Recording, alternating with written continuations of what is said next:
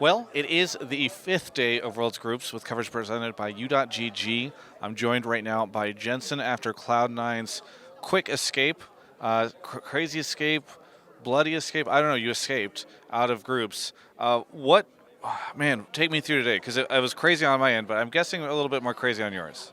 Yeah, I mean, it's been crazy because we just knocked the former world champions out of worlds from groups, and Vitality was looking insane too. So it's definitely an action-packed group where you kind of like didn't really know who was gonna beat who, and then in the end we managed to survive. So I'm just really happy that we made it out.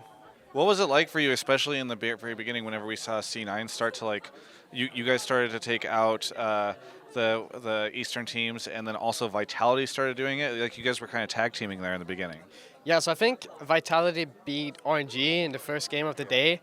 So then it already set like a weird tone for us because we were like, oh fuck, like Vitality is looking really good, and we're gonna have to beat them and Genji potentially to make it out. So yeah, I mean, honestly, I wasn't sure how this day was going to go because Vitality looked really good, and Genji is Genji. You're not really sure what to expect because we've had in the past where like Korea week two, they just improve, or like just Eastern teams in general. So going into today, I was definitely a bit worried, but I think we figured out a lot of our issues that we had.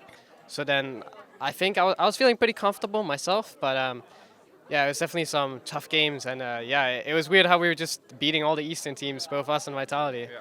Was it inspiring or intimidating watching them beat the teams? Because in a sense, you're like, holy crap, like Vitality is really good. But in another sense, you're like, okay, these guys are beatable.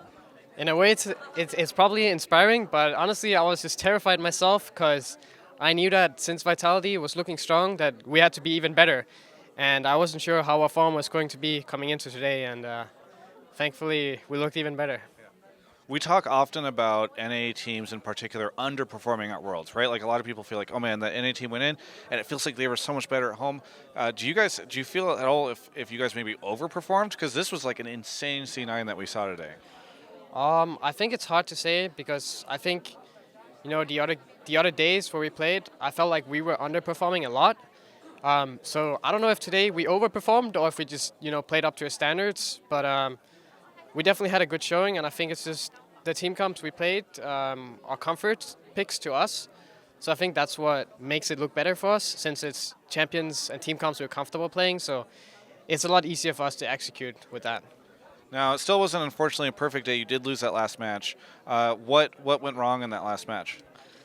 Honestly, it's hard to say. It was a bloody game. I think the fact that they got the Baron early on definitely stalled out the game a lot, and we were in the driver's seat. I felt like we had the control of the game, but then eventually they got a good engage towards the end, and then we lost off of that. But honestly, I'm not really sure. There's probably like a lot of stuff that we could have changed or done better throughout the entire game, but I mean, RNG is probably the best team in the world, so I'm not really too sad about losing to them, but I definitely felt like we had the chance to win, and I'm a bit sad that we couldn't make it. Well, you mentioned the comfort picks. I want to ask you, do you feel like you guys kind of reversed the meta here, or disrupted the world's meta with what you were able to bring out? Because I know it feels like a lot of other teams are playing maybe a little bit more safe, and then you and Vitality just kind of like busted down the door and walked your way in. Yeah, I definitely felt like, I think the most important thing as a team is most of the teams have like an identity on how they want to play the game, right? So I think our identity is we like to be on aggressive champs that can dive in, and so we were kind of playing that the other days too, but we just weren't as aggressive as we needed to be. So I think we just changed it up and got even more aggressive with the comfort picks of ours. So, I think that's the most important for every team that come to Worlds, is that you keep your identity and you just play what works well for you. Do you think was this just an identity thing, or do you think it was also kind of like were you hoping to kind of counter the meta or counter what you were seeing out of other teams? Some of the picks were definitely a counter. Like for example, we knew that the teams here probably wouldn't have much experience playing against something like a Zillion, so then it's a pick that'll throw them off, and they're not gonna know how to deal with it as well.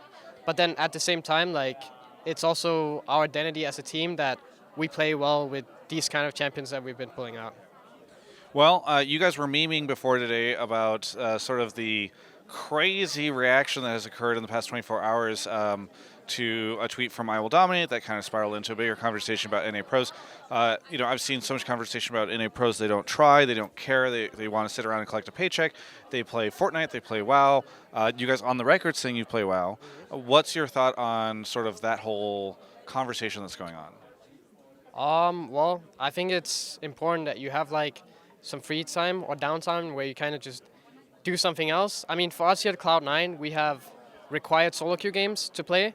So, even if I wanted to, play a lot of other games, I would probably still be playing like a good amount of League, right? And I think it's, there's probably some players that don't play any, if not much, solo queue at all. I think, that's a bit concerning, but I think at the same time, like, you should have your free time. And I think, like, a lot of NA teams are doing triple blocks, both in NA and here at Worlds. So the days, you wake up at 10 a.m., you have meeting, and then you're not done with scrims until like 10 p.m. if you have triple block days. So then I think it's important in those days that, like, you don't burn yourself out and you kind of just rest or like do something else to get your mind off League of Legends for a bit. Very good. All right, well, we're kind of winding down the interview. Lots of people out there that want to talk to you, but talk to me about what's next for you guys, because obviously you don't know your next opponent.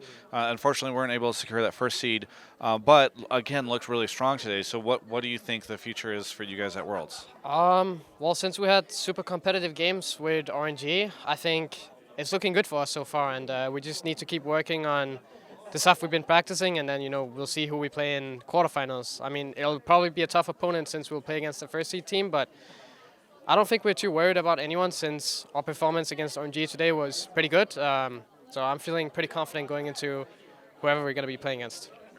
Well, thank you so much, Jensen, for the interview. Truly a pleasure to watch you guys play today. Really, really fun. For everyone else, you can check out the rest of my coverage of all things Worlds right here on my YouTube channel. Now, as we record this, C9 has just officially qualified into the quarterfinals. They might even be first seed. We don't know yet. But what is interesting is that the way they did it was off of a victory over RNG, an upset that many will not forget soon. And Sneaky himself actually chose Sivir in that match. Some would say it was a contributing factor. Let's find out how he knew to pick that champion. Broden, roll the clip. What was it like playing against Uzi? He's being positioned as like the final boss. I played against him a lot in scrims, and I recall him rage quitting a bit in scrims. I think I was playing like Sivir versus Jin or something, and like I think he was getting pissed because I was keeping him under turret the whole game. Just pick Sivir next game. But you could induce flashbacks. He's like, oh no, not the Sivir, and it just throws him off his game. Yes, that's true. Okay. Well, if that happens, we know who to thank. This guy. We know who to thank indeed, Travis. And as much as I'd like to take credit for that, I have to say I actually got the idea from U.GG, our sponsor for all of Worlds. They are great. You can go ahead and click the link in the description, and you can pull off unbelievable feats, miracles, just like C9 just did in the last couple of games today. You just type in a champion. You type in Sivir, for instance. You can type in anything that you see Uzi playing. It'll give you the best matchups, the way to build, all that stuff. You'll never lose champion select again. And maybe, by the way, if Cloud9 keeps using it, they'll never lose a game of League again. I don't know about that. But either way, thanks so much to our sponsor, U.GG.